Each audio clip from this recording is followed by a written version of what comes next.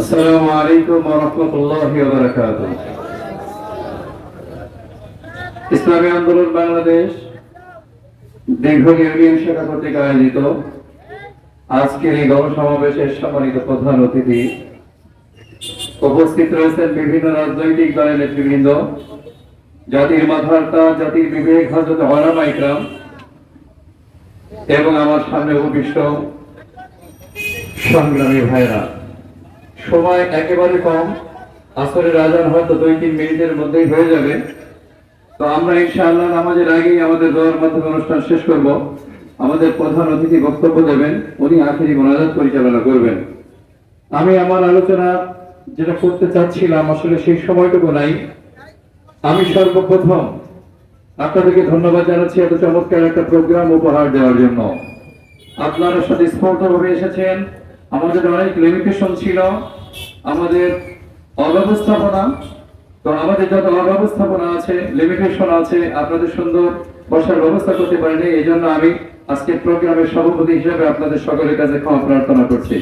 সম্মানিত উপস্থিতি, সর্বপ্রথম তাদের জন্য দোয়া করছি যারা নতুন একটা ভূখণ্ড, নতুন একটা বাংলাদেশ আমাদেরকে উপহার দিয়েছে।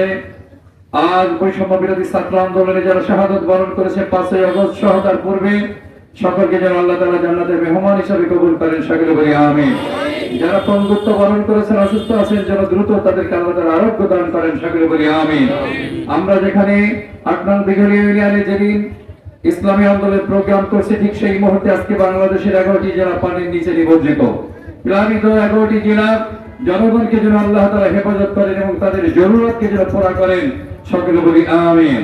সম্মানিত উপস্থিতি, ইসলামী রাজনীতি কাকে বলা হয়?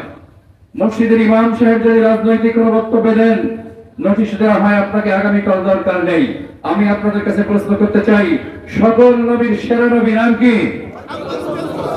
সকল নবীর সেরা নবী নাম হযরত মুহাম্মদ রাসূলুল্লাহ সাল্লাল্লাহু আলাইহি ওয়াসাল্লাম। আমি জানতে চাই, আমার নবী রাজনীতি করেছেন কি করেন নাই? আমার নবীকে আল্লাহ তাআলা পাঠিয়েছেন। আল্লাহ ইরশাদ করেছেন আল কোরআনুল কারীমে 26তম পারা, হুয়াল্লাযী আরসালা রাসূলাহু বিল হুদা ওয়া দীনিল হক লিইয়ুযহিরাহু আলাদ দীনি কুল্লি। লিইয়ুযহিরাহু আলাদ দীনি কুল্লির অর্থ হলো, দুনিয়াতে যত মানব রচিত রাস্তা আছে, পথ আছে, মতাদর্শ আছে, যত দিন আছে, সমস্ত ধর্মের উপরে ইসলামকে বিজয়ী করার জন্য, ইসলামকে প্রতিষ্ঠিত করার জন্যই তোমাকে প্রেরণ করলাম। বলো সুবহানাল্লাহ। যেই নবীকে আল্লাহ ইসলাম প্রতিষ্ঠিত করার জন্য পাঠিয়েছেন, নবী 2.5 বছর এই সারা পৃথিবীতে ইসলামী রাষ্ট্র পরিচালনা করে গিয়েছেন। ওমর রাদিয়াল্লাহু আনহু 10 বছর পর্যন্ত রাষ্ট্র পরিচালনা করেছেন। তাদের জামানায় কোন ব্যক্তির রিলিফ করার জন্য বোর্ড অফিসে যেতে হয় নাই। ওমর রাদিয়াল্লাহু আনহু শাসনামলে রিলিফ আনতে কখনো বোর্ড অফিসে যেতে হয় নাই। বিধবা ভাতার জন্য বোর্ড অফিসে ধর্ণা দিতে হয় নাই। অভাবগ্রস্ত ব্যক্তিদেরকে ওমর রাদিয়াল্লাহু আনহু নিজে মাথায় বহন করে গনিমতের মাল হোক, রাষ্ট্রীয় কোষাগারের মাল হোক, গরিব দুঃখীর বাড়িতে নিয়ে পৌঁছে দিয়েছেন। একটা কথা বলতে চাই, ইসলামিক সরকার গঠন হলে আপনার বাড়ির উঠান করে তারা খাল বানাবে না, তবে এতটুকু নিশ্চয়তা দেওয়া যায়, আপনার কোনোদিন রিলিফ নিতে, সাহায্য নিতে আপনার চেয়ারম্যানের দরবার পর্যন্ত, অফিস পর্যন্ত আসতে হবে না। হলে এই প্রতিশ্রুতি আপনাকে দেবে না যে আপনার বাড়ির সামনে খাল খনন করে সেখানে ব্রিজ করে দেওয়া হবে, তবে এতটুকু নিশ্চয়তা ইনশাআল্লাহ তারা প্রদান করতে পারবে। রাষ্ট্রীয় কোষাগার নড়াইল জেলার জন্য হোক, যে কোনো ইউনিয়নের জন্য হোক, যতটুকু বরাদ্দ আসবে, বরাদ্দটুকু ইনশাআল্লাহ আপনাকে যথাযথভাবে আপনার বাড়িতে পৌঁছে দিতে পারবে। এতটুকু নিশ্চয়তা দিতে পারবে কি পারবে না? সুতরাং সম্মানিত উপস্থিতি, আমাদের দেশে হিন্দু, বৌদ্ধ, খ্রিস্টান ভাই ইতিমধ্যে দেখেছেন, ক্ষমতার পরিবর্তনের পরপরই, রাজনৈতিক প্রেক্ষাপট পরিবর্তনের পরপর হিংসার যে রাজনীতি শুরু হয়, প্রতিহিংসার রাজনীতি শুরু হয়। এদেশের টুপিওয়ালা, দাড়িওয়ালা, যাদেরকে রাজাকার বা মৌলবাদ বলে আমরা গালি দিয়েছি, তারাই সংখ্যালঘু ভাইদের বাড়িঘর পাহারা দিয়েছে, তাদের ব্যবসা প্রতিষ্ঠান পাহারা দিয়েছে।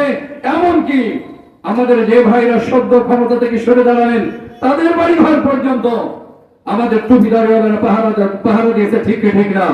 সুতরাং নবীর হাদিস, ইরহামু মান ফিল আরদ ইয়ারহামকুম মান ফিস সামা। নবী আলাইহিস সালাম বলেছেন, তুমি জগৎবাসীর প্রতি যদি তুমি দয়া করতে পারো, আল্লাহ তাআলা তোমার প্রতি দয়া করবেন। এই বিশ্বাসে ইসলামিক দলগুলো বিশ্বাস করে। সুতরাং উদাত্ত আহ্বান জানাই আপনাদের প্রতি, আসুন, যে ইসলাম হিন্দু বৌদ্ধ ধর্মকে যে ইসলাম সংখ্যালঘু ভাইদেরকে, যে ইসলাম অপর সকল জনতাকে সমান আকারে অধিকার দিয়ে তাদের নিরাপত্তা নিশ্চিত করার জন্য কোরআন এবং হাদিসে নির্দেশ করা হয়েছে, তাদের প্রতি ইহসান করার জন্য, দয়া করার জন্য নির্দেশ করা হয়েছে, ওই ইসলামকে শক্তিশালী করার জন্য আমরা ইনশাআল্লাহ ইসলামী আন্দোলন সহ যতগুলো ইসলামিক দল আছে এই ইসলামী দলগুলোকে শক্তিশালী করার জন্য আমরা সর্বোচ্চভাবে সর্বসম্মতিক্রমে তাদেরকে সহযোগিতা করে আগামী সরকার, ইসলামিক সরকার, আগামী সংসদ, কোরআন হাদিসের সংসদ, আগামী সরকার, ইসলামিক সরকার গঠনের জন্য আমরা আপনার চেষ্টা করব তো ইনশাআল্লাহ। আল্লাহ পাক আমাদের সকলকে তৌফিক দান করুন, সকলে বলি আমিন। আমাদের অসংখ্য ওলামা ইকরাম এসেছেন, আমরা মোবারকবাদ জানাই, ধন্যবাদ জানাই। অনেককে আলোচনা করতে সুযোগ দিতে পারি নাই, এরপরে যাদেরকে দিয়েছি এই সংক্ষিপ্ত অনুষ্ঠানের মধ্যে এই পর্যায়ে আমাদের সামনে গুরুত্বপূর্ণ ভাষণ পেশ করবেন আজকের এই গণসমাবেশের সম্মানিত প্রধান অতিথি, ইসলামী আন্দোলন বাংলাদেশ নড়াইল জেলা সংগ্রামী সভাপতি জনাব হযরতুল আল্লাম হযরত মাওলানা খায়রুজ্জামান সাহেব, জনাব হযরত মাওলানা খায়রুজ্জামান সাহেব।